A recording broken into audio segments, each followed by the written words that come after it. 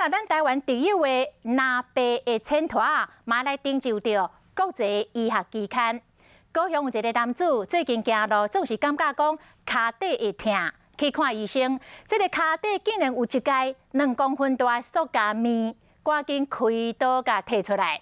原来是2年前穿这个拿白签托啊，去打着铁钉啊。铁钉啊，挽出来了后，这个签团的脆片还佫包伫个骹底内底。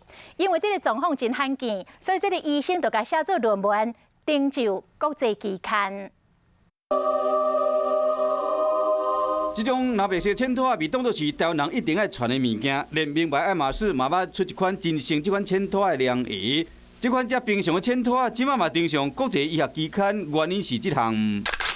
较无2公分大、蓝色软软物件，卡入一个查甫人的骹底，连医生嘛无法度相信讲这是签托皮。他在2年多前穿着一个拖鞋，不小心踩到铁钉，就脚就扎了一个洞，就他后来也不管他，那个洞就慢慢就好起来了，换药就好起来了，也没再理他。他2年来都没事。空喙一个好去了后，这个物件要调入内底，必须2冬后发炎，伊疼甲冻袂调。这异物穿刺千万不要只留意外伤好了没。OK。外伤好了，也许你里面有异物残留，你不知道。不知道这些都会造成潜在的急性或慢性感染。